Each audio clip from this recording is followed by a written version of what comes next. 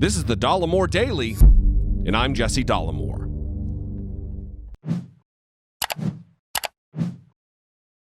Up to this point, the congressional investigatory process related to possible articles of impeachment against Donald Trump has taken place behind closed doors.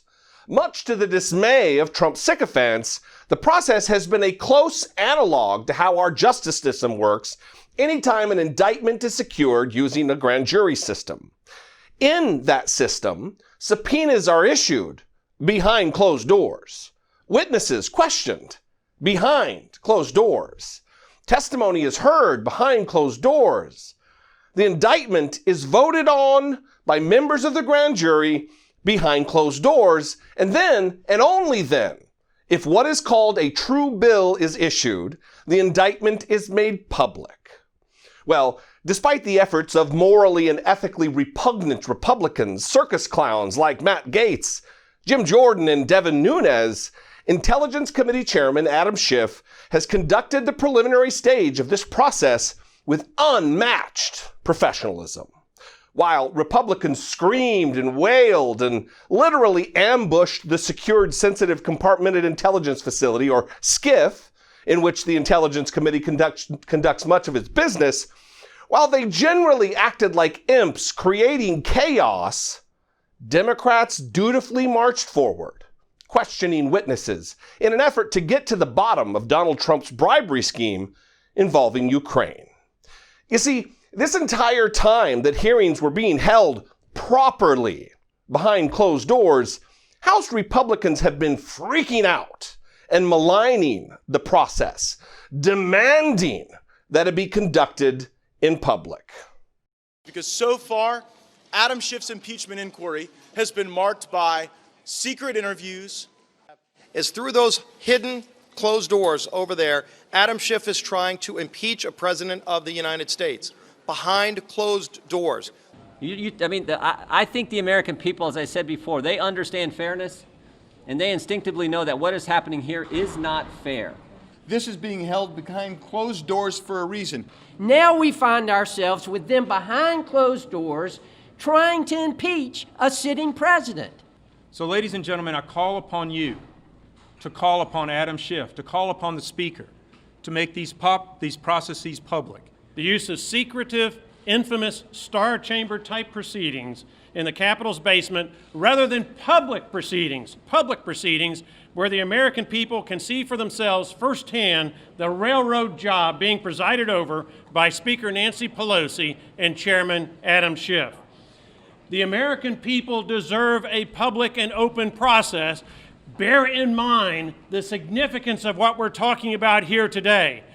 And this week, tomorrow, in fact, begins the public process. You see, after solidifying the impeachment processes and procedures through a vote on the House floor, House Democrats are moving forward with the investigation publicly, which should make Donald Trump and his Republican Party happy, right? I mean, there have been dozens of Republican members of Congress calling for public hearings and transparency in this process. Well, they would only be happy with open and public hearings if they weren't pathetic hypocrites. Because listen to Donald Trump just the other day about this matter. And he analyzed it, every line, every paragraph. It was not complex. It was perfect. Nothing else matters. With that being said, every one of those people cancel themselves out. So what they do is they go all over Washington. Let's find the 10 people that hate President Trump the most, and let's put them up there. Now, in some cases, they really turned out to be very much honest and fair, but in no cases have I been hurt. In no cases that I see have I been hurt. So, Mr. President, what do you say to the millions of people who don't believe you? What do you say to the millions who don't believe you? Well, they shouldn't be having public hearings. This is a hoax. This is just like the Russian witch hunt. This is just a continuation. When you look at the lawyer for the whistleblower, I thought it ended when they found out that the lawyer was so compromised. I mean, the lawyer's the bad guy. So you look at that, I thought that was the end of it. No, this is just a continuation of the hoax. It's a disgraceful thing. Did you catch that? Donald Trump now that public hearings are getting ready to begin, is saying that there shouldn't be public hearings. Well, they shouldn't be having public hearings. Well, they shouldn't be having public hearings.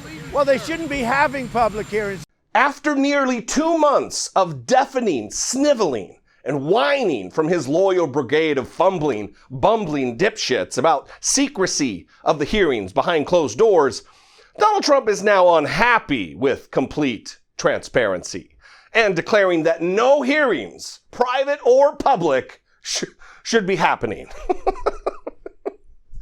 So much for being the party that holds in high regard the Constitution of the United States. Ugh. It is simultaneously entertaining, sickening, laughable, and tragic.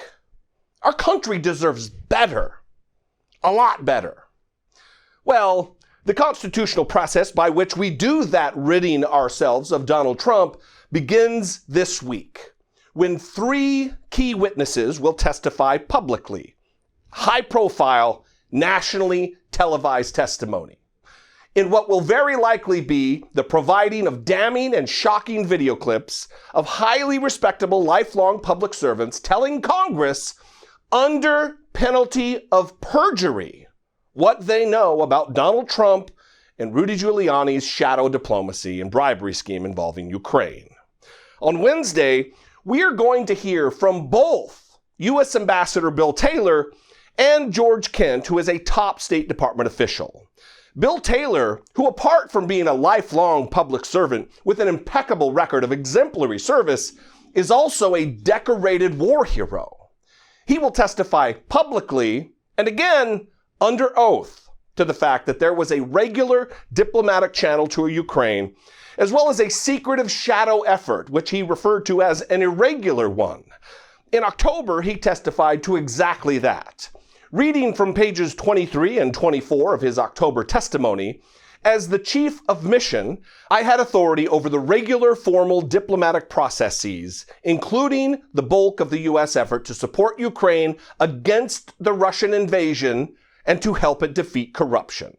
At the same time, however, there was an irregular, informal channel of U.S. policymaking with respect to Ukraine, one which included then Special Envoy Kurt Volker, Ambassador Sondland, Secretary of Energy Rick Perry, and as I subsequently learned, Mr. Giuliani.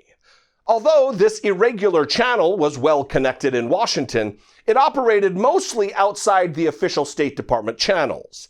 This irregular channel began when Ambassador Volker, Ambassador Sondland, Secretary Perry, and Senator Ron Johnson briefed President Trump on May 23rd upon their return from President Zelensky's inauguration. He will also testify publicly and under oath to the fact that U.S. military assistance and a face-to-face meeting was being used as a bargaining chip by Donald Trump in order that the Ukrainian president publicly declare that he was opening an investigation into Joe and Hunter Biden, thus benefiting Donald Trump personally and interfering in our democracy. Reading from page 190 of his October testimony, that was my clear understanding. Security assistance money would not come until the president of Ukraine committed to pursue the investigation. And from pages 143 and 144, Adam Schiff asks that it was also the military assistance was also going to be conditioned on the commitment by Ukraine to do these 2 political investigations. To which Ambassador Taylor answers, yes. Adam Schiff, you go on to say in that paragraph, Ambassador Sondland, said that President Trump wanted President Zelensky in a public box by making a public statement about ordering such investigations.